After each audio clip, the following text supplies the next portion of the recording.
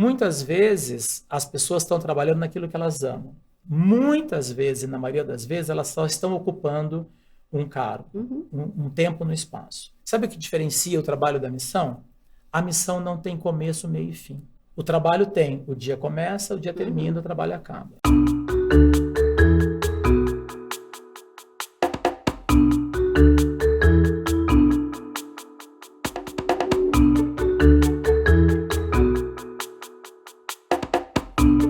E hoje eu tô aqui com ninguém menos do que o Paulo Borges, um ícone da moda brasileira, acho que é uma das maiores influências da moda, e eu tô tão honrada que eu tô até com a mão assim transpirando. Paulo, eu tô muito feliz de você estar aqui, de verdade, é uma honra gigantesca. Obrigada. Imagina, o prazer é meu. Eu adoro conversar, né? Conversar. Num divã, então, se preparem.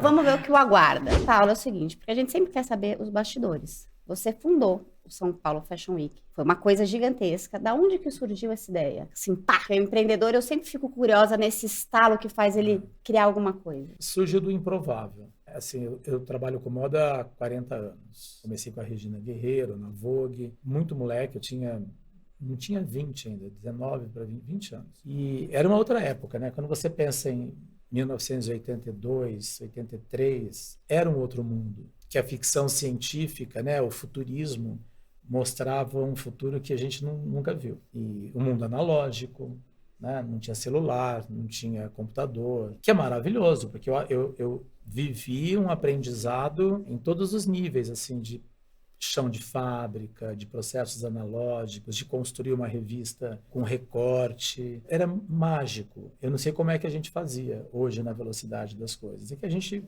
tem outra velocidade. Eu tive o prazer, né, e a oportunidade de viajar desde 83, 84, todo semestre para Paris, para Milão, para Londres, muito mais Paris, que é sempre o que me... Mas na época você fazia o quê? Eu já não trabalhava mais na revista, na Vogue, eu era um produtor. Louco por causa de desfile, por isso que eu saí da Regina. Eu falei, Regina, meu negócio não é revista. Amo revista, editei uma revista incrível durante 12 anos, a Meg, mas o meu negócio são pessoas, né? Estar no meio de pessoas, construir coisas e desfile me fascina muito. E aí eu indo para as coleções, eu ia de assistente de um fotógrafo, dos pouquíssimos que tinha credencial para entrar nos desfiles, porque brasileiro era muito mal visto lá fora, nos desfiles, essa coisa, na moda. Então, para eu entrar, e pensa que era tudo analógico, tá? Não é câmerinha pequenininha, não. Era aquelas câmeras que as lentes pesava 15 quilos. 3 maletas de equipamento, de rolo, que era do Fernando Loza. Para poder entrar nos desfiles, todos, eu entrava de assistente dele. Porque era tanto equipamentos que os fotógrafos tinham que carregar, todos tinham assistente. Que sorte. E eu falava, não, eu sou assistente. E eu entrava carregando aquele monte de equipamento com o Fernando. Claro que a gente é muito amigo, então não é que eu carregava, ele carregava também.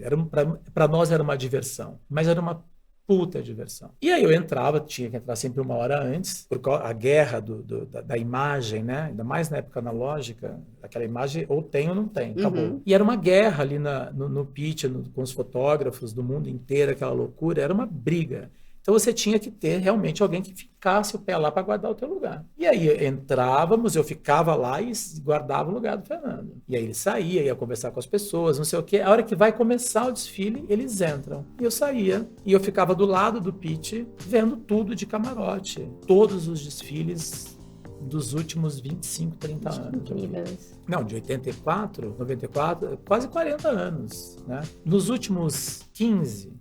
eu parei de ir, porque aí nasceu meu filho, então eu falei agora... Aí eu comecei a mandar a minha equipe, o Augusto, o Mauro, aí todo mundo começou a ir e eu parei de viajar. Mas era fascinante ficar ali, porque foi ali que eu falei, por que isso não tem no Brasil? E 5 minutos depois que eu estava vendo o desfile, eu já não me interessava pela roupa. Eu ficava olhando quantos modelos entravam, eu ficava contando, aí quantos passos ela dava na passarela, que tamanho era aquela passarela, por que tinha aquelas luzes assim? E essas pessoas que sentam na primeira fila, por que eu vejo essas pessoas a semana inteira? Aí eu comecei a investigar e a entender um mecanismo por trás daquilo, que tem uma indústria da comunicação, uma indústria do produto, uma indústria do comércio. E eu comecei a ver como tudo funcionava. E antigamente, em Paris, os desfiles aconteciam, eu falo naquele grande quintal do Louvre, né, que é o Carré do Louvre.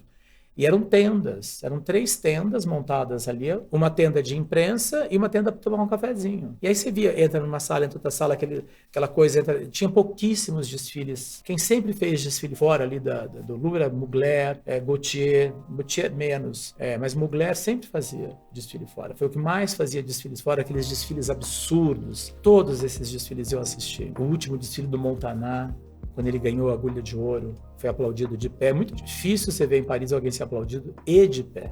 Maravilhoso. Né? Então, aquilo foi me instigando. Assim, mas por que isso não tem no Brasil? Aí eu perguntava para as pessoas da moda, jornalistas, sabe? Imagina, isso não tem moda no Brasil. Falei, como não tem moda no Brasil? Tem 300 mil empresas que trabalham, é a segunda ou terceira maior economia que mais paga impostos dentro dessa escala, que mais contrata mão de obra feminina. Peraí, gente, do que a gente está falando? Né? Do que a gente está falando? De uma visão colonizada, eurocêntrica, branca. É disso que a gente estava falando. E aí eu comecei a que graças a Deus você estava lá para fincar o pé, porque eu falo assim, o empreendedor é aquele cara que se incomoda. E digo mais, normalmente o empreendedor é chato, porque ele se incomoda mesmo. Ele quer estudar, ele quer entender por que aquilo é, ele faz pergunta. As pessoas acham que nasce pronto, entendeu? Não, ele é empreendedor. Não, empreendedor é esse cara inquieto. Você falou de faz pergunta, né? As pessoas que trabalham comigo muitos anos. Então você não é um empreendedor chato. Eu sou chato. Você não é, porque eu sou você chato. Há muitos anos. Mas eu sou chato. Eu sou muito metódico. Então, aquela coisa da pergunta. Eu falo assim, vocês fizeram as 10 perguntas que tem que fazer? Porque para, às vezes, na segunda. Aí quando eu vou... 10 perguntas, gente? É tudo. Tudo você tem que saber. Né? Tem 3 hoje que, para mim, são básicas. Né? Por quê, como e com quem. Para eu entrar num projeto, por que eu vou entrar nesse projeto?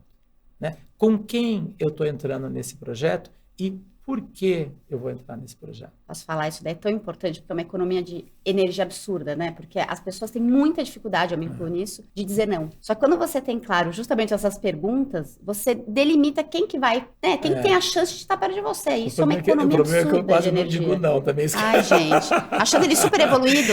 Acho que eu tenho a sorte de poder realizar as coisas que saem da minha cabeça. As pessoas me permitem isso. Porque confiam em você, né? Porque confiam, mas foi uma construção. Exatamente. Né? Então eu acabo dizendo muito sim, mas também esse sim responde às minhas perguntas. Ainda bem que ele disse sim pra mim, gente. Eu devo estar nesses muitos sims. Ai, graças a Deus que eu vim. Eu tô aqui, porque eu gosto disso, eu gosto dessa conexão, eu gosto do contato. E tem uma coisa que eu defendo muito, que é a transformação. Né? Eu sou de uma época da moda, anos 80, que é como se as pessoas parassem um pouco no tempo. Do ponto de vista de visão, do ponto de vista de futuro. Um pouco como o país funcionou também. Quase um clube do Bolinha e da Luluzinha. Né? Você cerca ali as porteiras, que a indústria brasileira de confecção e têxtil pensou assim, né? Eu vou cercar o país e aqui quem manda somos nós. E aconteceu isso que aconteceu. Quase acabou a indústria inteira de têxteis, porque acham que estão se protegendo, mas não estão evoluindo. Então, estar com alguém que é novo, estar aqui com você, pela primeira vez, para mim é maravilhoso. Primeiro, porque você lembrou de mim. Então, isso faz com que eu... Mas isso é fácil, porque não tem como te esquecer. Mas as pessoas envelhecem, sabia? Às vezes não só de corpo, mas de cabeça. Às vezes as pessoas envelhecem mais rápido da cabeça do que do corpo. Eu adoro conversar com pessoas que eu ainda não conheço, que eu não conversei, mas eu acho que essa troca, até assim, eu tenho certeza que eu vou sair daqui hoje, vou ouvir coisas de você que já me... Entendeu? Espero. Mas eu tenho certeza, porque eu acho que é essa sintonia que se cria, né? Qual que é teu signo, Paulo? Agora vocês vão levar um susto. Vou falar para a câmera, pode ser? Óbvio. Eu sou Áries, com ascendente em Áries e com a lua em Áries. É bem ariano mesmo. Mas nossa senhora, não tem. O povo se assusta quando eu falo isso. Como que é o ariano? Eu só sei de peixes, eu sou bem egoísta, eu só sei o meu. O ariano é aquela pessoa que tá o tempo todo pisando no improvável. Não gosta da rotina, não quer saber do ontem. Por exemplo, a gente está há 40 dias de uma temporada do São Paulo Fashion Week. Minha cabeça já não está mais aqui. Nem começou a montar, eu já estou pensando no ano que vem. Caramba. É isso que me... Sabe? Eu adoro, assim, quando um mês antes é terrível. Porque quando para botar de pé é muito trabalhoso. São muitas pessoas, é toda a questão humana, é tudo complexo. Você se estressa ainda? Eu nunca me estresso. Nunca? Não. Nunca me estresso. Pleno? Como é que você o faz dia que eu isso? tô aqui assim, eu tô ali no evento. Claro que a hora que eu vejo que alguma coisa vai sair do controle, opa, não te incomoda, você não se... Não, Qual que é o segredo de ficar assim, gente? Então, é a Porque eu coisa tenho de ficar olhando para tudo, né? Todo mundo sabe que vai começar o evento, eu passo olhando tudo. Se tem lixo no chão, se o banheiro, se não sei o quê. E aí todo mundo já sabe que a hora que o Paulo vier, por exemplo, eu faço um ensaio técnico um dia antes de começar. É a hora da verdade. Né? Eu sou capaz de chegar lá e mandar desmontar a coisa, se não tiver como tem que ser. Mas você fala isso plena, pessoal, isso é maravilhoso, mas vocês desmontem e vamos começar do zero? Olha, tem uma cena de uma história, foi em 2000, 500 anos do Brasil. E aí a gente não podia fazer nada no Parque Ibirapuera porque foi ocupado o ano inteiro para os 500 anos do Brasil. Então a gente foi para uns galpões, na época o Morumbi Shopping era patrocinador, e eles tinham uns galpões gigantescos, que hoje viraram torres de vários prédios ali. Eu amo galpão, né? O Fito Ervas eu fiz num galpão, caindo aos pedaços, o primeiro. Então, eu cheguei lá e falei, não, dá para fazer, isso eu tenho, sabe? Eu chego no lugar, eu falo, dá para fazer. Em 5 minutos, né? Mas é 2000, então toda a montagem ainda era muito analógica. Para montar uma arquibancada, era aqueles tubos que você vai montando, parafusando. Demorava uma semana para montar 4 arquibancadas de 4 salas de desfile. E estão lá montando, já está uma semana, demorava quase 25 dias, 30 dias para montar o evento. Hoje leva 10. Né? E aí estava lá, sei lá, 10 dias montando o evento, ou estava uma semana do evento começar. Eu entro numa das salas, eu olho assim, quieto, né? Silêncio assim. Aí eu falo, chama o produtor para mim. Aí todo mundo já fica, meu Deus. Aí chegou, o produtor falou assim, o que está estranho nessa sala? Todo mundo olhava assim. Não, será que eu estou olhando errado? Mas olhem vocês, o que está estranho nessa sala? Aí já começa a correr no rádio, Paulo, né? Rádio peão. Todo deu mundo ruim, assim, deu ruim. Todo mundo vai entrando, o que está acontecendo? O que está acontecendo? Eu peguei e falei assim, olhem para a sala. E aí todo mundo olhava, todo mundo olhava. Eu falei assim, chama o Osmar, que era a pessoa que montava as arquibancadas. Chama todo mundo aqui. Eu não cedi. Eu falei, vocês vão ter que perceber o que está errado. Gente, eu tô te achando uma capacidade assim Sabe o que estava errado? Montar a arquibancada fora de eixo. Então, no centro da passarela, uma arquibancada ia ficar assim, a outra ia ficar assim. Não puseram no eixo, e aí ela monta, ela sai torta. Eles conseguiram? Aí todo mundo, não, mas e agora? Não, agora já montou, não tem o que fazer.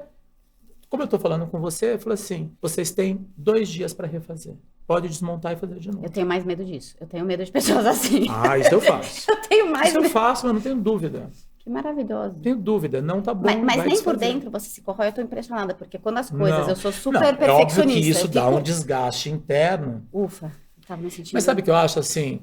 Quando você lidera uma equipe, e no São Paulo Fashion Week, quando tá todo mundo ali, são quase 10 mil pessoas, sim, alguém tem que ter calma. Alguém não pode perder a razão, alguém sim, não pode perder respeito. Então, assim, é muito difícil você me ver gritando com alguém. Se você me ver gritando com alguém, é porque o bicho azedou mesmo. Tem uma outra história sobre essa questão de empreender. Eu vim aqui para contar a história? Não, você quer me perguntar coisa. Não, eu ainda quero entender como você começou o São Paulo Fashion Week, porque ainda não entendi como você chegou e concretizou. Ah, a gente pulou, né?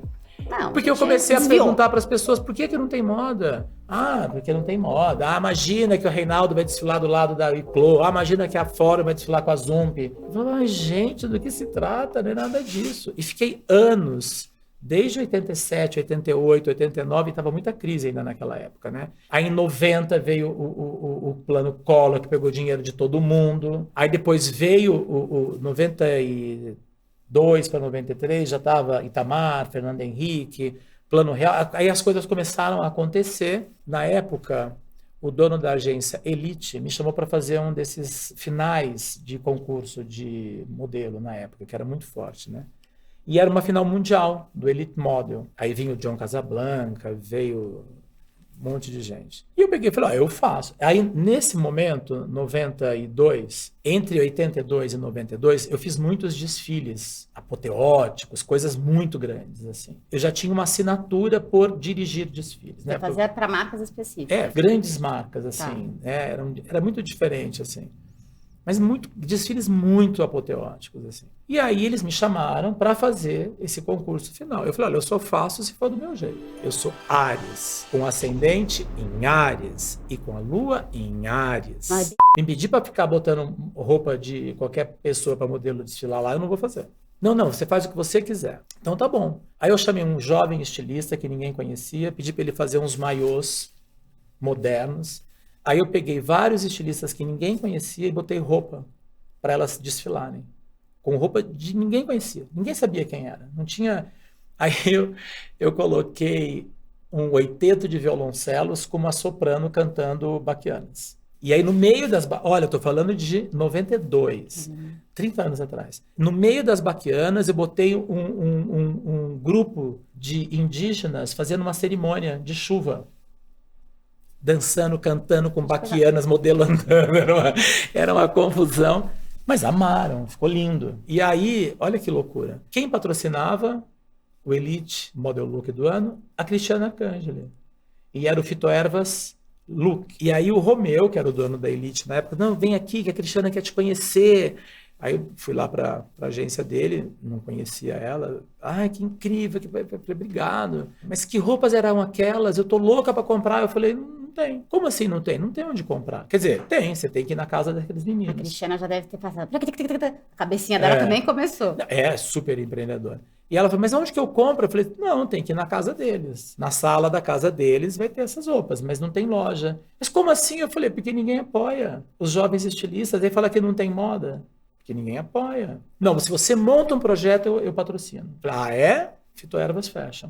Foi aí que lançou o Alexandre Rescovitch, o Walter Rodrigues, o Fauzi Rata. Aí começou. E aí foi 93, 94. Aí todo mundo já era louco para que tivesse desfile. Aí vinha a Clô, vinha o Tufi, vinha o Renato, vinha todos. Esse da tem que fazer um desfile. Para de pensar só nos jovens, tem que pensar na gente.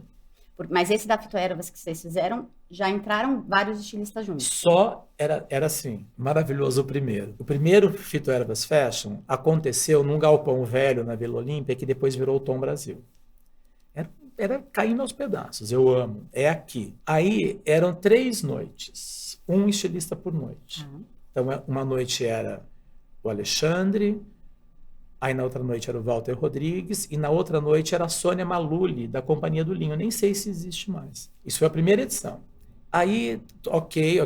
Aí eu queria, tem que ter uma assessora de imprensa. Ninguém queria fazer. Paulo, você tá louco, Paulo. Desculpa, ninguém vai 3 dias num galpão na Vila Olímpia para ver desfile todo dia. Eu falei, vai. Era quarta-feira de cinzas, quinta, sexta, segunda, terça e quarta. Ou terça, quarta e quinta. Era bem depois do carnaval. Não vai. Eu falei, vai. Bom, ninguém quis fazer. Nenhuma assessora na época quis fazer. Aí o Fauzi já sabia que ia acontecer.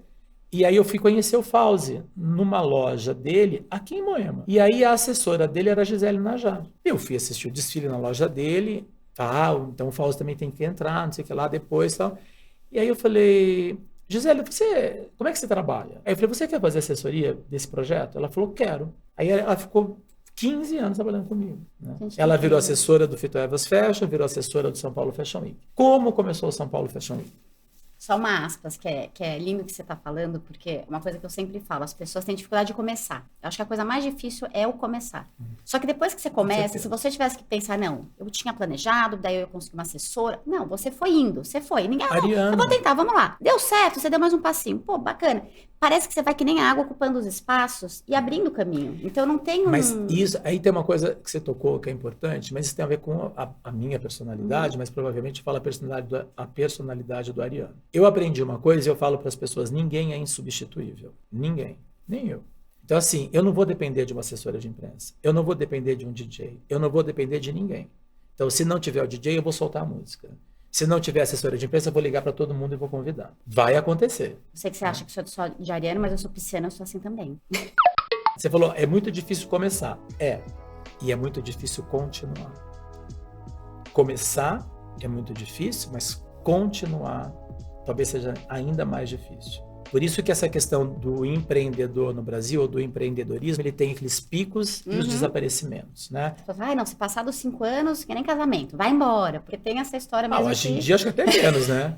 Tem gente que começa uma coisa, 2 anos depois, já foi, né? Sim. Então, começar é muito difícil, continuar é muito difícil.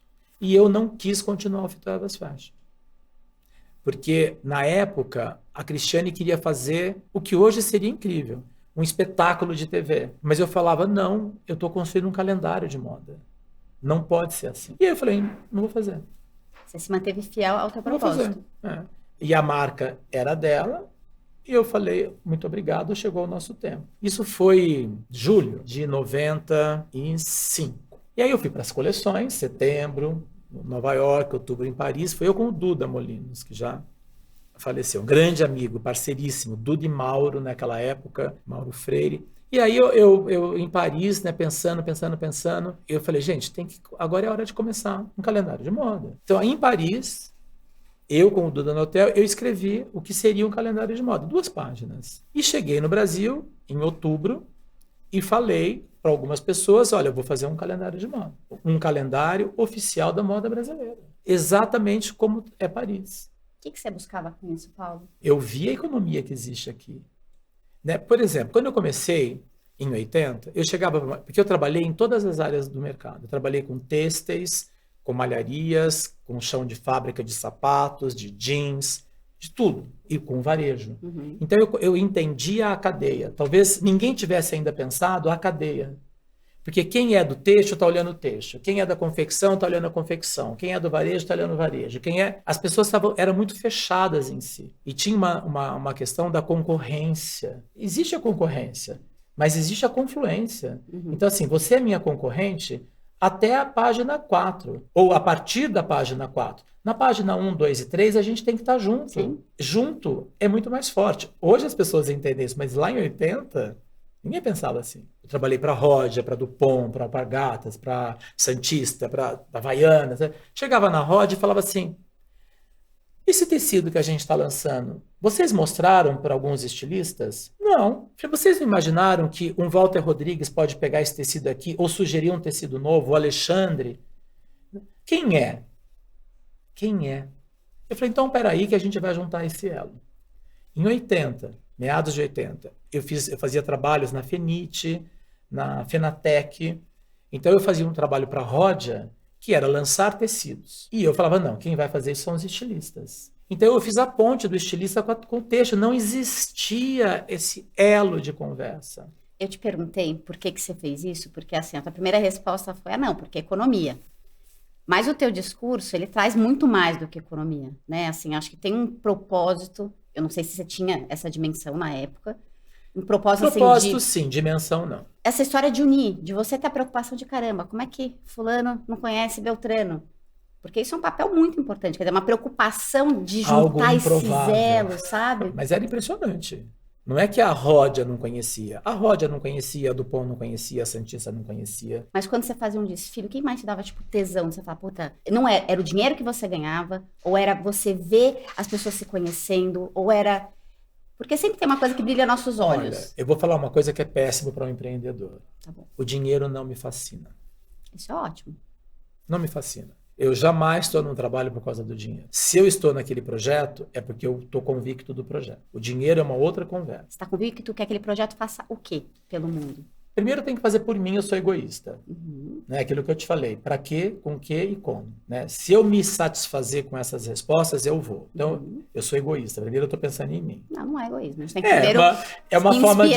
Mas depois... ser egoísta, aí falando da... Eu faço antroposofia, né? Uhum. E tem a coisa do taoísmo. Então, você tem que viver essas energias que são opostas. Muita gente tem medo do ódio, medo do frio, medo da inveja, medo... Não pode, porque você só vai entender o amor se você entender o ódio. Você só vai entender a noite se você entender o dia. Você tem que viver tudo. Não existe só viver no calor, só viver na luz, só viver no... Não existe isso. Não é real em nenhum ser vivo, seja humano, mineral ou animal. Tem que viver o todo. É isso que equilibra. Desde os 20 anos eu faço terapia, né? Então isso sempre me ajudou muito as minhas curiosidades, eu sempre confrontei. E eu acho que isso vai dando uma substância que é particular para cada um. Mas por que eu estou naquele lugar se o dinheiro é secundário? Por alguma razão, e isso o meu terapeuta antroposófico dizia, se eu conhecer, porque eu também sempre me incomodou, né?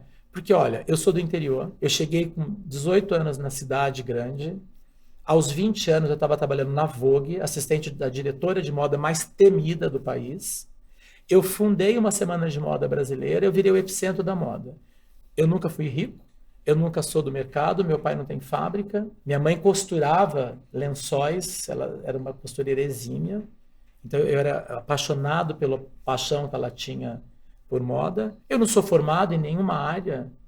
Aliás, eu não fiquei formado em nada, hein? Porque no fim eu queria fazer ciência da computação e comércio exterior. Aí eu caí na moda. Falei, o que eu vou fazer? Eu não sou estilista, não sou jornalista, não tinha cursos que hoje existem. Vou viver a vida. Então, isso tudo me provocava. Isso tudo me provocava, assim. Era um absurdo que aquelas coisas não acontecessem. Foi aí que eu falei, não, vai acontecer. E foi maravilhoso que eu tenho um grande amigo, que é o Eli, de agência de modelo, que hoje tem a Mega, mas o Eli tem agência de modelo, acho que desde 1820. E aí eu fui contando para algumas pessoas que eu achava que pudessem fazer conexões para mim, que eu tinha um projeto de uma semana de moda, porque aí todo mundo já queria, tá? Foi quando eu falei, todos queriam que houvesse. Então, eu não quis inventar algo que não batia nas pessoas. Eu mexi no mercado e todo mundo queria. Você fez com, na verdade, que o mercado enxergasse isso, né? Exatamente. Você criou a necessidade de certa forma. Aí, já em 95, a moda era a primeira página dos jornais, capas de revista. Ela extravasou o que antes era um pedaço de notícia no caderno feminino de domingo, 10 minutos da Cristina Franco no jornal Hoje. Quando você olha tudo isso, Paulo, o que você sente? Você fala, sou o cara, assim, esse cara sou eu? Eu não sinto nada, sabia? Você não sente nada, não duvido. Pode ser um exercício, eu acho que faz muito parte da minha intensa terapia. Eu sei o que significam os mitos. A gente sabe hoje mais do que nunca do que significa um mito. Historicamente, os mitos são criados para serem destruídos. Então eu nunca sentei nessa cadeira que é meio mito. Entendi. Nunca. Então todas as vezes que alguém atirava em mim, não era em mim. Era naquele mito que eu não vestia. Eu sempre separei o que as pessoas pensam e enxergam de quem eu sou. Isso é uma evolução gigante, Paulo. Eu nunca... Assim, quando as pessoas me conhecem, isso pelo Brasil todo, primeiro tem a tal da tremedeira. Juro, tem gente que chora. Estudante, então, o que mais me encanta é 40 anos depois, você ter uma garotada de 18 anos chorando, apaixonada por moda. Isso para mim isso é o que eu fiz.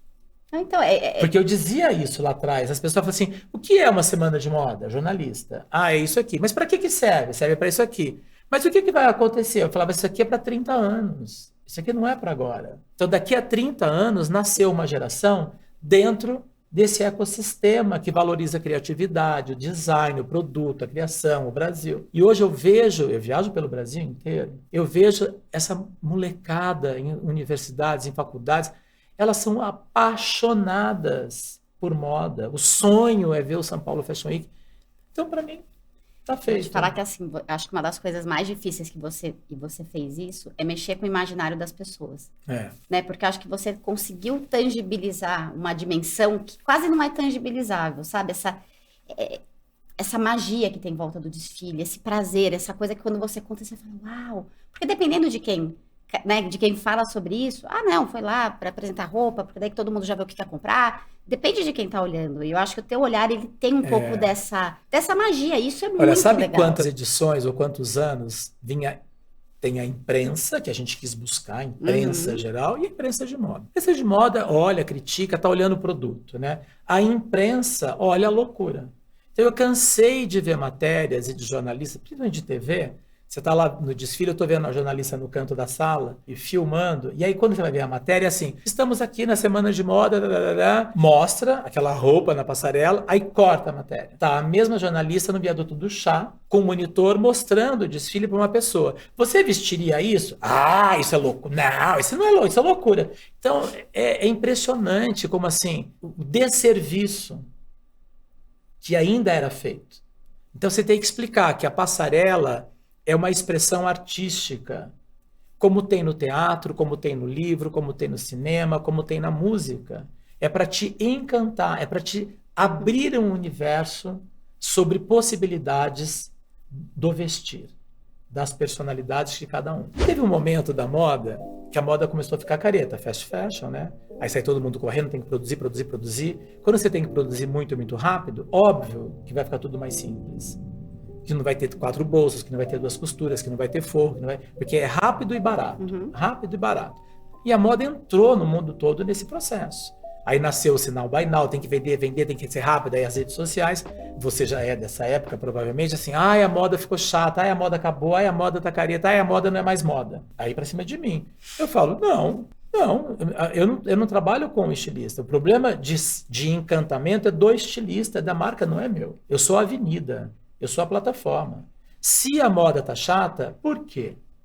A moda é feita como um reflexo e uma fotografia da sociedade de um tempo. Eu estou falando disso de 10 anos atrás, hein? Eu falei, se a moda tá chata, o que será que está acontecendo com o mundo? Você nunca pensou em desistir? Falar, agora isso daqui não é mais um campo de imaginação, de criatividade, não quero mais isso para mim. Nunca. Se um estilista deixa de encantar, o problema é dele, não é do São Paulo Fashion Week. Se marcas têm problemas pela transformação econômica, o problema são das marcas. Não é do São Paulo Fashion Week. O meu papel é manter acontecendo. Não existe espaço vazio em nada. Na vida, na política, na arte, na moda. Espaços são ocupados. E é assim que a vida evolui. Não existe espaço vazio. A gente tem que pensar sempre nisso. Você quer dizer que não existe espaço vazio no sentido de, tipo, nada não vai ter uma função? Não, nada para. Você não... Então vamos dizer o seguinte, agora tem crise... virou de novo não sei o quê, então a gente tem que parar tudo porque tem uma parte do mercado que está em crise. Eu não posso pensar assim. Se eu conseguir botar de pé a semana de moda, vai ter gente que vai ter que desfilar. Se não tiver ninguém mais, aí acabou. Aí não é mais problema meu, né? Aí foi até onde eu cheguei. Eu sempre dizia que o meu compromisso tem que ser de 30 anos. Que é aí que eu ia sentir se a coisa se consolidou e ela é tangível e perene. Então, assim, entra marca, morre marca cresce, marca desaparece, marca explode, é do processo da moda no mundo inteiro. E se você olha para hoje, quem são os 10 nomes mais importantes da moda na França, é completamente diferente de 10 anos atrás, de 20 anos atrás. Hoje, a moda global, ela está completamente ocupada por 10 marcas globais. Parece que só existem elas no mundo. Então, se você quer realmente saber o que está acontecendo na moda, você tem que tirar essas grandes marcas da tua frente, para você olhar. E tem um monte de marca incrível acontecendo. Só que hoje elas não conseguem mais tanta atenção, porque esses grandes conglomerados, eles ocupam o espaço cênico dessa atenção rápida que as pessoas têm hoje, né? 10 segundos para ver tudo. E eu falo que esse nunca foi o meu papel. Eu sinto que você não possa estar desfilando nesse momento. Acho, sim, que você tem que se recolher para entender o seu negócio. Estamos aqui sempre de portas abertas, mas o bonde anda. Você falando me lembra muito uma coisa que eu li do Simon Sinek, né? Que é assim, o teu papel na tua empresa, vamos chamar essa grande empresa, você é o CVO, Chief Vision Officer. Olha! Porque o cara que tem a visão, as pessoas acham que às vezes o hard skill é o mais importante, né? Mas eu falo assim, sem a visão, você não tem direção. Se você não tivesse essa visão, que é uma paixão, porque eu falo de visão com essa paixão que transpira, que pode o mundo acabar, que o Paulo vai estar lá. Não, absolutamente não tem problema. Seguimos com o Fashion Week. O que você está chamando aqui isso de visão, eu falo de propósito. Para mim é muito claro o propósito. Mas é isso, porque isso te movimenta, te impulsiona, mas não é só você. O que eu estou dizendo assim, que isso transborda. Porque quando a gente tem paixão, e as pessoas olham pra gente e falam, cara, ele tá falando com tanta paixão, eu não vou acreditar nesse cara, eu quero seguir esse cara. Então, pra mim, o propósito é uma das coisas mais importantes como impulsionador e, tipo, nos manter no negócio mesmo. Olha, o São Paulo Fashion Week tem 28 anos, eu tô há 40 na moda. Eu custei a entender por que eu tô aqui. Por que sou eu? Poderia ser de outra forma, poderia ser com outras pessoas. Eu me lembro que quando eu comecei a Semana de Moda, o calendário da moda, as pessoas falam assim, não, faz que nem... Nova York tinha começado há 2 anos. Faz que nem Nova York, você vai ganhar muito dinheiro, cobra de todo mundo, cobra para estar no calendário, cobra não sei o que lá, cobra... Aquilo me deu... Foi maravilhoso ter ouvido aquilo. Não vou falar de quem foi. Foi maravilhoso ter ouvido aquilo, porque aquilo me deu um choque. A gente, não é isso que eu quero. Porque eu poderia, na época eu devia ter 30, falar, dinheirinho agora queremos. Eu vou fazer meu boy, né? Aquilo me deu um choque. Eu falei, não é isso. Não é esse o propósito. E aí, no São Paulo Fashion Week, ninguém paga para estar lá, como é em Nova York. Em Paris você também não paga, mas em Paris você não tem o apoio como dá o São Paulo Fashion Week. Esse modelo de semana de moda que eu criei, só existe no Brasil. A gente pega patrocinadores, monta aquela estrutura maluca você entra com a roupa e com o teu conteúdo. Então você vai gastar no teu conteúdo, na tua marca, no teu desenvolvimento. E eu gasto na plataforma. E a gente ainda apoia várias marcas, que a gente entende que tem que ter um suporte técnico para o conteúdo. Então, lá de cara, isso ficou muito diferente para mim. Mas mesmo assim, eu não entendi ainda por que eu estava aqui. Por que sou eu?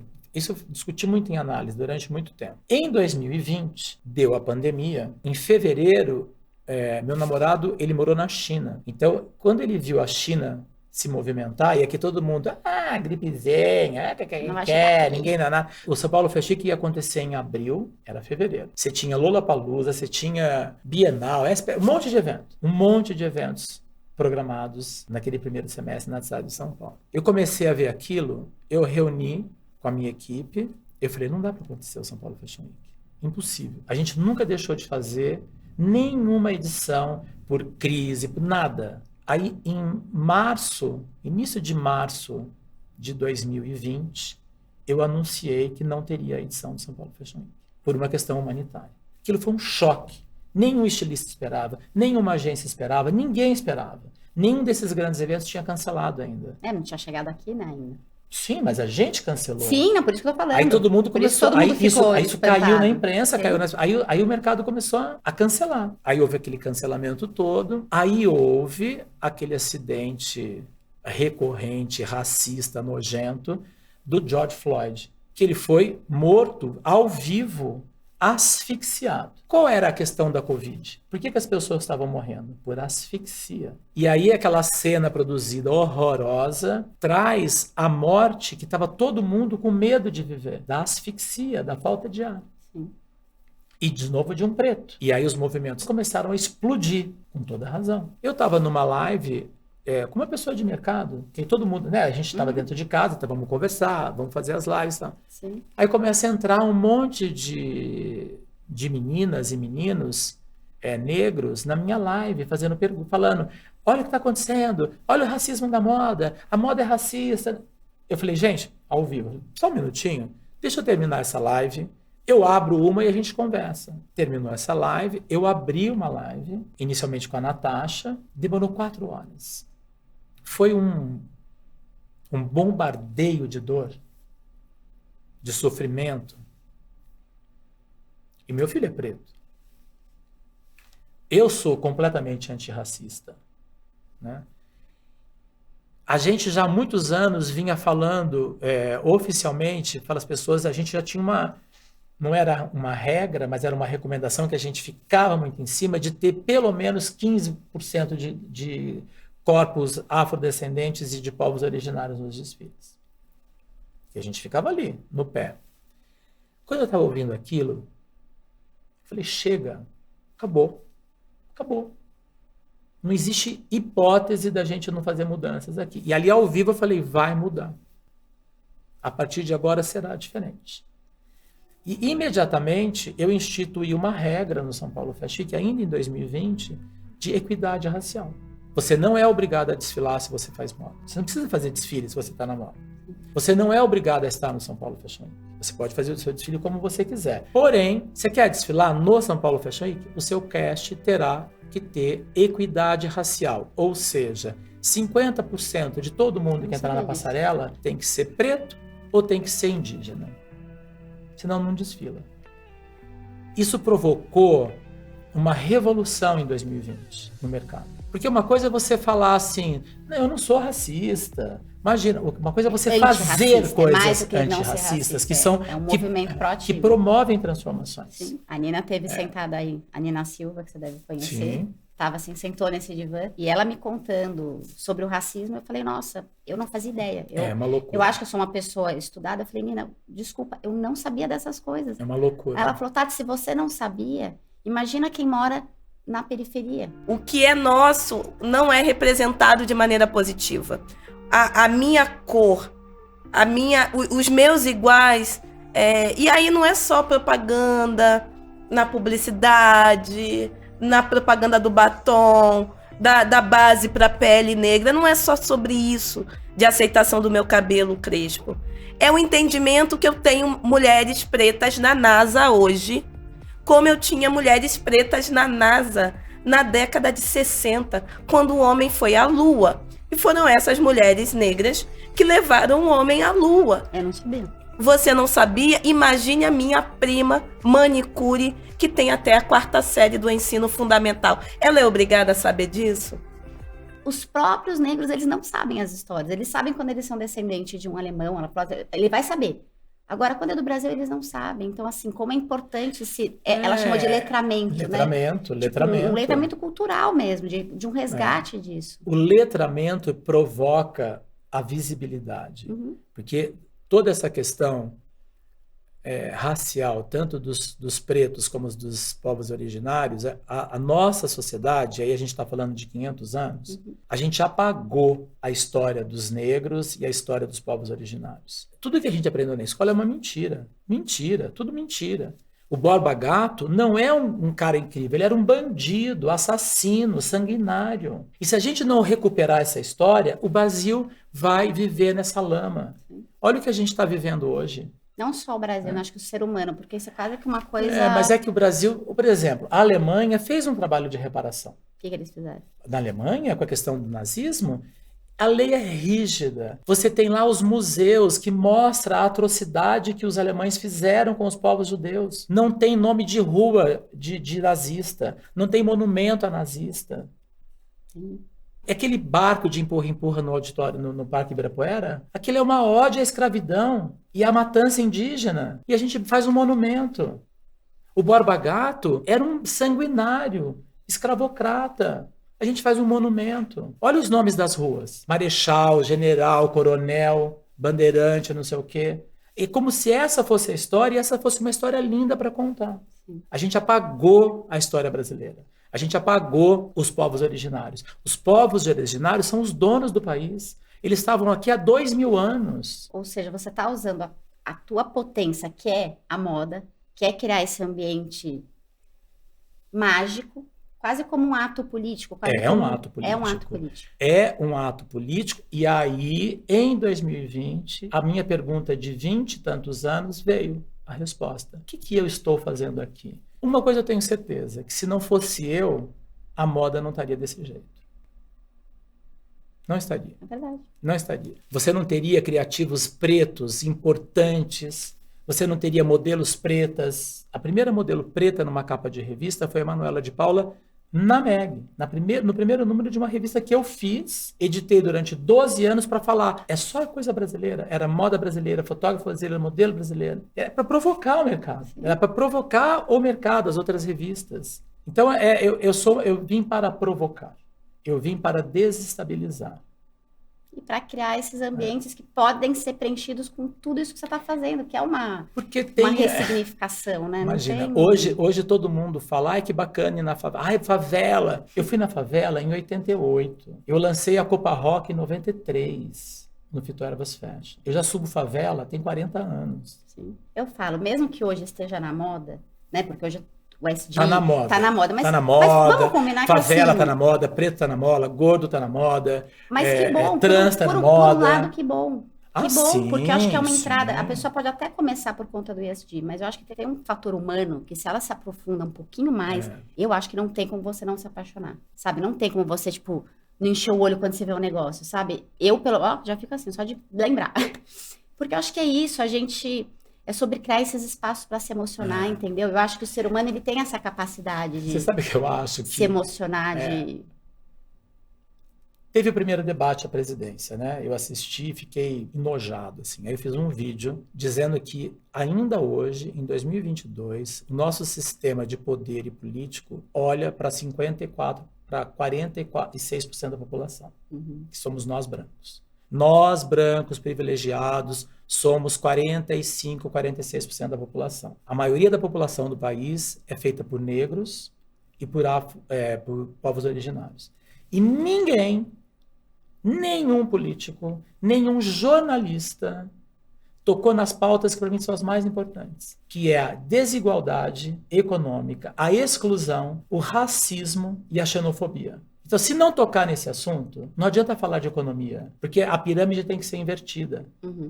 Bom, o país ainda está na mão de poucos poderosos, seja lá onde for. na comunicação, no agronegócio, né, em tudo. São pouquíssimas famílias que têm o poder de tudo. Se isso não mudar, o país não tem futuro. Paulo, você está falando, você sabe que antes de você chegar, eu estava conversando com o Jeff, que você conhece o Ikigai? Sim. Então, assim, eu acho que o que você está me relatando é exatamente essa vida plena, né, que o Ikigai, que é essa filosofia japonesa, prega, que é fazer o que você ama, que você sabe fazer bem, cobrar por isso, porque o dinheiro é energia de troca, sim, Sim. e ainda fazer o que o mundo precisa. E aí, quando eu falo disso, porque esse é meu mantra, as pessoas falam, ai, Tati, mas você é muito idealista. Aí vocês estão vendo o Paulo Borges? Eu não sou idealista, a gente tem pessoas assim, só que tem um preço, tem uma energia, tem um brilho no olho, tem certas coisas que, assim, às vezes a gente demora uma vida inteira pra ter, às vezes a gente nunca consegue ter esse brilho no olho que eu tô vendo no teu olho. Então, eu acho que é uma Você sabe coisa... que quando eu fazia essa pergunta, o tempo muito recorrente, né, tanto no meu terapeuta antroposófico como no meu psicoterapeuta, que eu falava, eu não estou entendendo, para mim o que é, porque também tem uma coisa seguinte, eu não fico doente no processo, eu não desgasto, eu como pouco, eu me alimento o mínimo necessário, mas eu fico inteiro. As pessoas falam, o que você toma? Paixão. Né? É paixão. É paixão. E aí, é paixão. O que você toma é a pergunta que eu mais escuto. O que você toma? É missão. Eu falava isso com o meu antroposófico, eu falava assim, eu não entendo. Ele falava assim, você vai entender o que você faz. Você acha que você tem um trabalho? Não, você não tem um trabalho. Trabalho é aquilo que na sociedade se destina para as ocupações econômicas e profissionais. Algo que isso é você trabalho. faz bem é pago. Trabalho. Uhum. Então você vai lá, você se especializa, você faz um trabalho. Muitas vezes as pessoas estão trabalhando naquilo que elas amam. Muitas vezes, na maioria das vezes, elas só estão ocupando um cargo, um tempo no espaço. Você não trabalha, você tem missão. Sabe o que diferencia o trabalho da missão? A missão não tem começo, meio e fim. É isso mesmo. O trabalho tem, o dia começa, o dia termina, o trabalho acaba. Sim. Não, e é maravilhoso. Você falando, eu falei, gente, ele está relatando o Ikigai, mas não tinha esse espaço, concorda? Quando você começou você falou, cara, eu quero viver isso. Você decidiu viver isso, você construiu esse espaço, e você ocupou esse espaço. Então eu falo assim, sem saber, mas sem planejar. O que estava mandando, né, o porquê você faz aquilo, sempre, me parece que sempre foi muito claro para você. Foi se clareando, né, com os nãos, com o que você não quer, porque eu falo que às vezes mudanças de rota. A resposta às vezes vem do não. É. Isso eu não quero fazer. Nossa, eu falei não para esse projeto? Não falei não, por quê? Aí, né, uma pessoa que pensa mais sobre si vai se questionar e vai cada vez entender mais, porque às vezes a gente se entende pelo não, pelo que não faz parte da gente. E aí, tocando na questão do empreendedorismo, é muito importante também, começar é muito difícil, continuar é muito difícil, esse meio do fazer, é importante entender que as coisas não estão prontas, que você tem que fazer correção de rota. Exatamente. Às vezes você tem aquele sucesso, você fala assim, arrasou. Pronto, tô pronto. Né? Não acredite no sucesso, nunca. Ele é efêmero e ele vira pó. É verdade. Se você encarnar o sucesso como o teu ponto de chegada, agora arrasei. Vai durar 2 segundos, acabou. Vai acabar, vai ficar velho, vai não sei o quê, entendeu? Por isso que eu falo de não sentar no lugar do personagem, do mito, né? Porque não pode estar pronto. Sim. Não pode estar pronto. Sempre tem que ter imperfeição. Porque o ser humano é imperfeito e o mundo é imperfeito. Se você quiser se manter no seu tempo, ou minimamente à frente do seu tempo, você tem que acreditar na imperfeição. E é ela que mantém a chama acesa. É porque óbvio. você imagina se tudo que você quiser, se você idealizou, pá, aconteceu. Legal, mas você ia ter que mudar o que você faz. Então essa falta é o que sempre vai nos fazer a gente continuar tentando, fazendo, dando um passinho para conseguir alguma coisa. Isso é lidar com a imperfeição. Sim. Paulo, eu quero te fazer mais 2 perguntas. Uma do seu filho, que eu tava lá no seu Instagram, já comecei a chorar antes de vir a pessoa. Por isso que eu já trago meu lencinho, pra garantir. O vídeo que você postou recentemente, acho que ele fez 17 anos. 17 anos. Aquele vídeo é uma sacanagem, gente. Não se faz isso com uma mãe, que eu chorava. Chega toda borrada no meu divã hoje. A nossa história de encontro é muito especial, né? A gente sempre pensa que tem um filho, que é do ser humano, né? Que é a continuidade da tua espécie, da tua família, essa coisa toda. E aí, assim, com 18 anos, eu vou ter um filho. Mas eu não quero casar. Mas não sei o que lá. Não, mas eu não quero ter filho. Não, mas imagina, minha profissão, eu sou egoísta, não vou ter filho. E você vai, né? E você vai. E deu um determinado momento, é uma história muito, muito longa, muito particular, mas aí depois eu te conto, enfim. Mas me disseram que eu ia ser pai. E eu falei, não está na minha rota. 1 ano e meio antes. Aí 1 ano antes você vai ser pai. 6 meses antes você vai ser pai. Em agosto você vai conhecer seu filho. Em setembro ele está morando com você. Eu falei, que loucura, imagina, né? Imagina o processo de adoção no Brasil, não sei o que lá. Você nem pensava em adoção, nada. Não.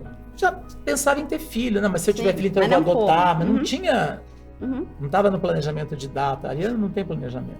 E aí aconteceu um fato que me chamou muito a atenção, de todas as coisas que essa pessoa me dizia. Não é cartomante não, viu, gente? Eu já estava querendo telefone.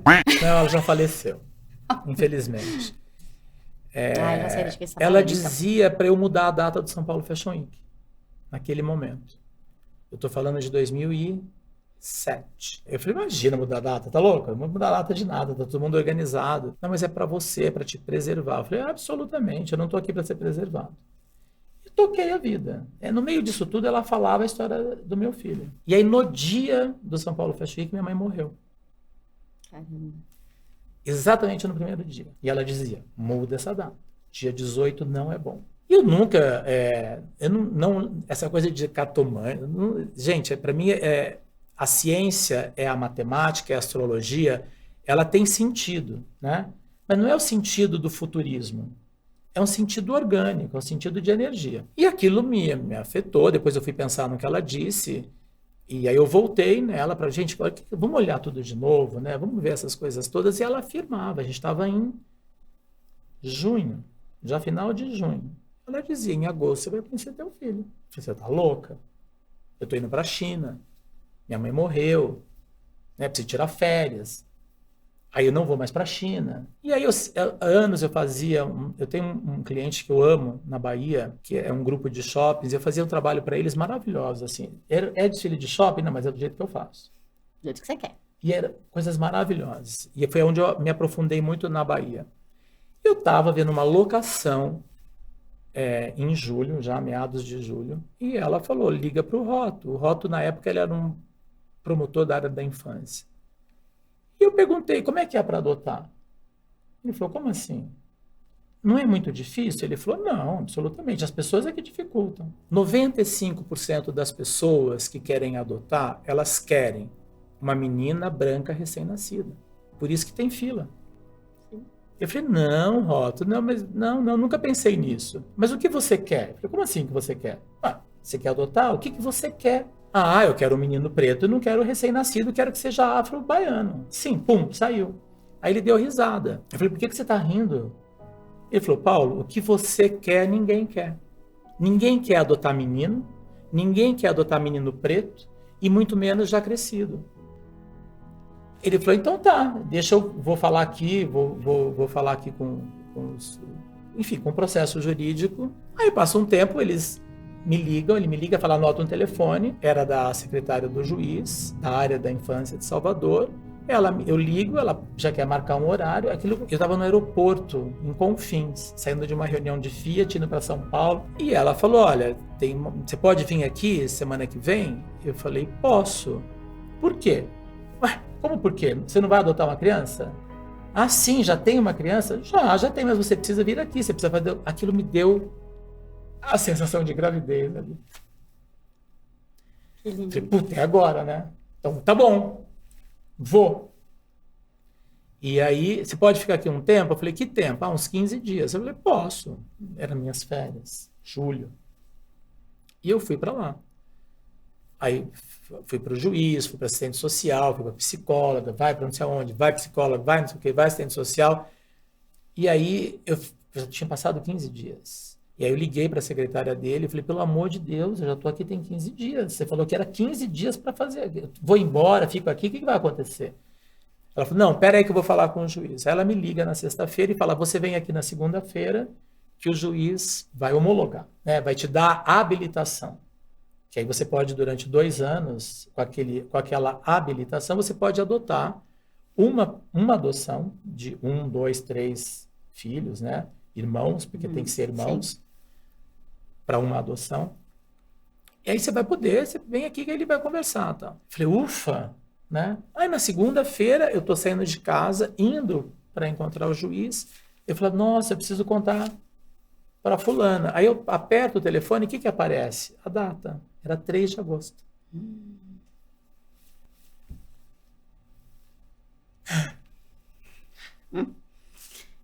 É foda, que lindo, é gente. foda.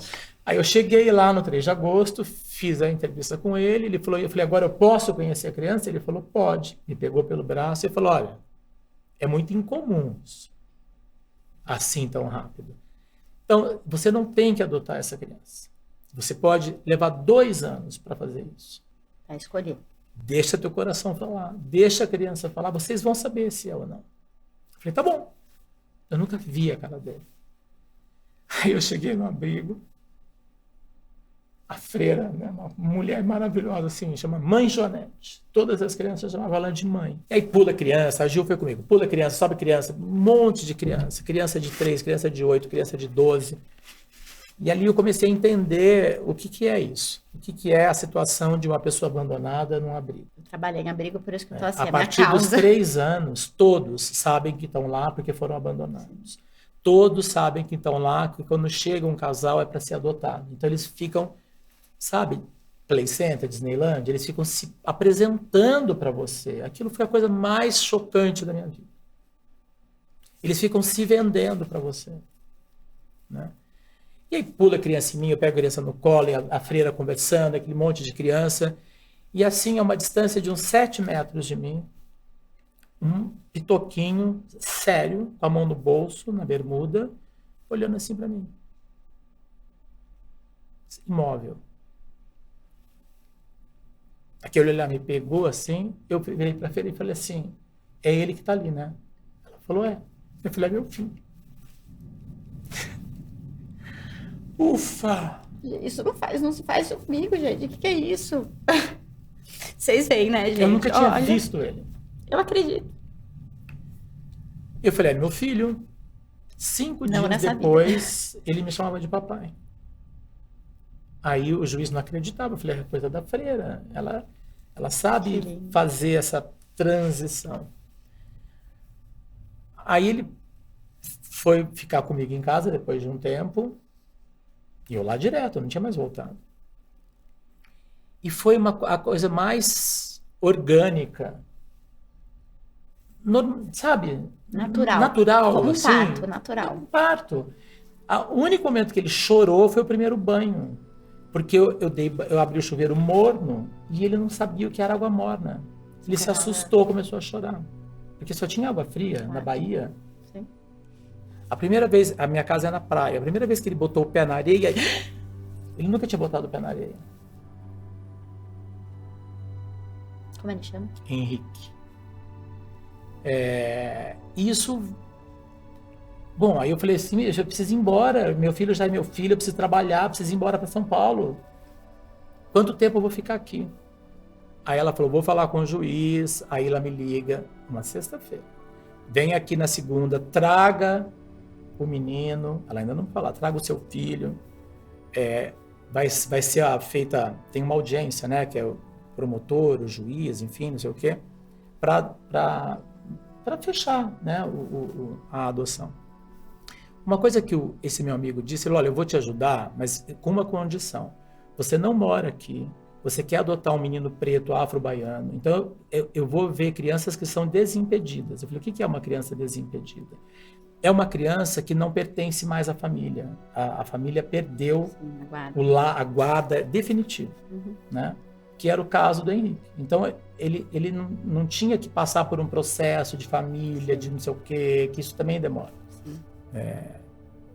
Bom, eu cheguei lá, fiz a audiência, levei ele entrou, enfim, e aí o juiz expediu.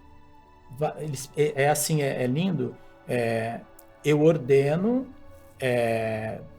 fulano de tal, Paulo, que neste momento, e fala para a pessoa do cartório que destrua a certidão anterior e passa a valer esta certidão. Ele é filho de Paulo Roberto Borges Jorge, avô, neto de Natalina de Bocilo Jorge. Na hora, eu fiz a certidão, na hora que eu olhei a data da certidão, 3 de setembro. Eu estava voltando para São Paulo. Então, isso assim, é uma história, e ela dizia, se isso acontecer, Paulo, é uma coisa de ancestralidade, é uma coisa de reencontro de alma. Por isso que eu te falei dessa vida, né? Você já E a gente tem um reencontro de alma. Sim, é um mar de rosas? Não é um mar de rosas.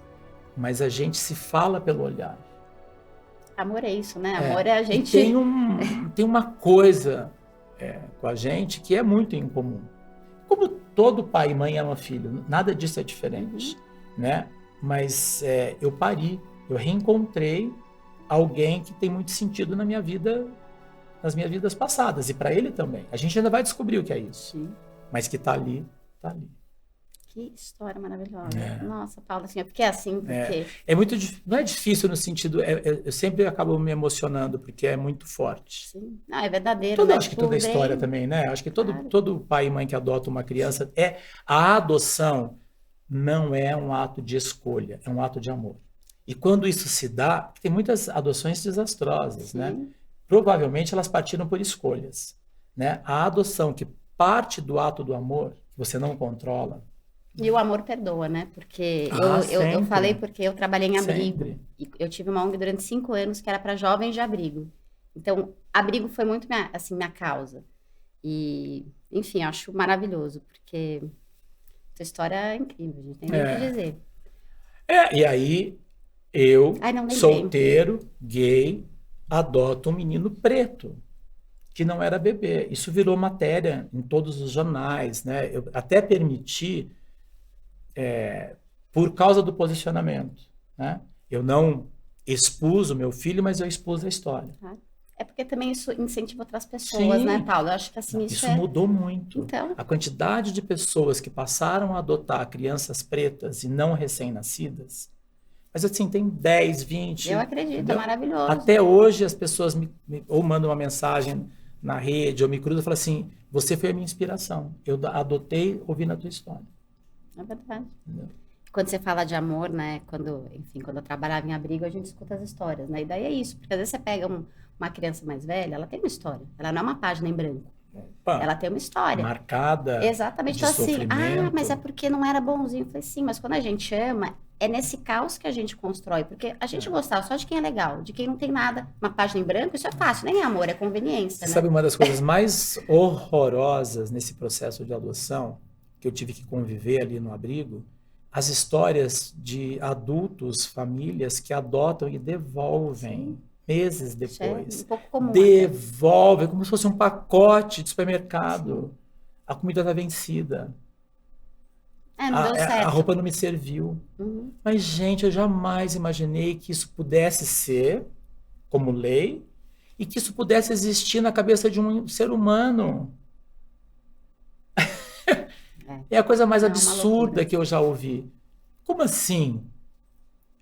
A criança, ela tem que ser... Você tem que dar apoio para aquela criança, não é aquela criança que tem que dar apoio para você. Senão você compra um cachorro. O cachorro é ótimo para isso. Por isso que eu sou contra esse endeusamento de petzinho, sabe? Eu falo, minha Nossa Senhora, essas pessoas precisam aprender a fazer com o cachorro, a fazer com o ser humano. É que o ser humano dá a resposta, o cachorro ele não faz nada. Bom. Paulo, deixa eu te fazer uma pergunta. Afinal, pergunta final. Não sei. Deixa eu pensar se já vou pra final. Porque tá tão bom, né? A gente tem que acabar. Agora eu quero... A pessoa que não sabe, tá aqui devagarinho. Quero continuar com o Paulo aqui o resto da tarde. Paulo, pra fechar, eu queria que você falasse o que você falaria pra quem tá começando a empreender e depois 10 curiosidades sobre você. 10? É 5. Tá bom. Inflacionei. Eu vou falar uma coisa que eu falo sempre. Primeiro, empreender é paixão. É visão. Mas só visão cai no intermediário, você não vai prosseguir. Não adianta só ter uma visão, a gente pode ter visão de um monte de coisa. Mas aquilo que a gente vai escolher para empreender tem que ter paixão. Então você tem que estar conectado com a alma. Parece simples, mas não é. Porque a gente vive num mundo que o termo antroposófico é um mundo luciférico, que é a energia de Lúcifer, que é a energia de materialização. A gente está saindo de um momento, graças aos orixás, aos deuses, aonde a única coisa que valia é o dinheiro. Ainda é isso, né? Mas está em decadência. Essa visão capitalista essa visão do dinheiro em primeiro plano é onde colocou o mundo onde o mundo está. Se esgotou. Então não pense pela visão luciférica, materialista. Põe a mão no coração. Se não bater no coração, não vai rolar. Porque não tem uma cartilha para dizer, ponto 1, abra não sei o que lá. Ponto 2, faça não sei o que lá. Porque para cada um é uma coisa, né? E que você vai saber o que é, porque isso os livros indicam, os Googles indicam. Mas no Google você não acha paixão. No Google você não encontra a alma. É em você. Então, para mim é o ponto mais importante. Eu acredito tanto nisso que vou fazer um pequeno merchan da minha própria pessoa, porque eu estou fazendo justamente um curso que chama Quem é Você na Fila do Pão, para a pessoa encontrar o propósito e ligar com o trabalho. E as pessoas acham, eu já formei uma turma de 20 pessoas. Quando acabou, elas falaram, Tati, confesso que eu no começo eu entrei mais para te conhecer. Não entendia muito essa história assim, que né, o propósito com o trabalho, enfim. A hora que essa ligação se dá, as pessoas saíram de lá e falaram, uau, cara, isso é possível. É necessário. E isso é combustível, né? Não é só que é possível. Já fiz o meu merchan. Agora você pode partir para 5 curiosidades sobre você. Eu sou a pessoa mais simples do mundo. Eu cozinho. Eu gosto de fazer comida em casa. Eu detesto multidões e amo o carnaval de rua da Bahia. Ó, no chão, hein? Não é no camarote, no trio, não. É na pipoca. Chão, na pipoca. Eu me sinto quase agnóstico, mas eu sou do candomblé. Eu sou do Gantuá, filho do Gantuá. Do terreiro do Gantuá. Eu vou muito pouco, obviamente, agora inclusive por causa da pandemia, mas durante o crescimento todo do Henrique, eu vivi muito na Bahia, em Salvador. Onde eu conheci muito de tudo que eu penso hoje. E o candomblé é uma das questões da minha vida. Mas eu, durante muito tempo da minha vida, isso nos últimos 20 anos, né? Mas até os 40 anos, depois dos 15 até os 40, eu quase me via como ateu. Eu neguei a religião católica. Porque eu sou matemática, né? Áreas, matemática. Então, para mim, não dá para aceitar uma religião que matou, que escravizou, que vendeu arma. Desculpa. Então, assuma seus pecados e não puna o pecado dos outros. Eu não acredito em punição. Eu não acredito em penitência nem em pagar pecado. Então, eu neguei, depois dos 15 anos, eu neguei o catolicismo, que é onde a minha família é formada e tal. Neguei. E aí quase fiquei ateu, né? O meu filho se fala ateu, olha que louco. Ele fala, eu sou ateu, com 17 anos. Se for igual ao pai, ele vai ser o ateu menos ateu Talvez, que eu conheço. E aí, quando eu me deparei com o candomblé, quando eu me deparei no Gantuá, eu absolutamente me encontrei espiritualmente, assim. E eu dizia para a mãe Carmen, essa sensação de eu me sentir em casa. Porque o candomblé é muito diferente do que as pessoas têm como imagem, né? Principalmente essa imagem que foi demonizada nos últimos anos no Brasil. O candomblé é energia. O candomblé é simplicidade, é pureza. Então é de uma simplicidade de você ficar descalço, de você dormir numa palha, de ser coletivo, de ser para todo mundo, de ser junto, né? De estar em contato com a natureza. Tudo que está na natureza tem sentido, né? A folha, a planta, o rio, o mar, tudo tem um sentido, tudo tem um porquê, né? Os orixás, que são os deuses no candomblé, é tudo ligado à natureza, né? As forças da natureza. E eu falei para ela, nossa, eu me sinto em casa aqui. Ela falou assim para mim, deixa eu te dizer uma coisa, não é você que escolheu o candomblé que te escolheu. Que lindo. É lindo isso, né? É lindo, sim. Então isso é uma coisa que poucas pessoas sabem, né? Você é um cara de sorte, hein, Paulo? O filho te escolheu, porque ele mirou você e te escolheu. A religião te escolheu. Mas eu tenho certeza que tem uma coisinha aí, alguma energia, alguma coisa que está em volta de você que também atrai como um imã essas coisas lindas que acontecem na tua vida. Pode ser, assim, pode ser. Tenho certeza não, né? Olha outra, ter certeza da vida alheia. É um palpite. É uma energia. É uma energia. Tá? É uma energia, é uma missão, mas eu não tenho ela definida. E eu acho que aí é que está o mistério do bem para isso. No momento em que eu quiser desenhar e definir isso, acaba. É um mistério para você? É um mistério para mim. Que lindo, Paulo. Eu não vou botar a forma. Eu acho que eu estava começando a escrever um livro, eu parei, né? Até falei no começo. E eu acho que é isso. Se eu escrever um livro, eu vou botar uma forma. Aí vai perder o encantamento. Não, aí eu vou estar engessado, e é engraçado que agora me Você veio vai uma ficar coisa... preso ao pensamento que você colocou lá? Aí me veio uma coisa que uma conversa com a mãe Carmen. Eu falei, mãe Carmen, eu preciso ler, preciso conhecer sobre mais o candomblé. Ela falou, você não tem que ler nada. A religião africana do candomblé não é escrita, é oral. Então, quando escreve, já deforma. Ela me falou assim, você vai aprender. Com o tempo e com o teu interesse, você vai aprender.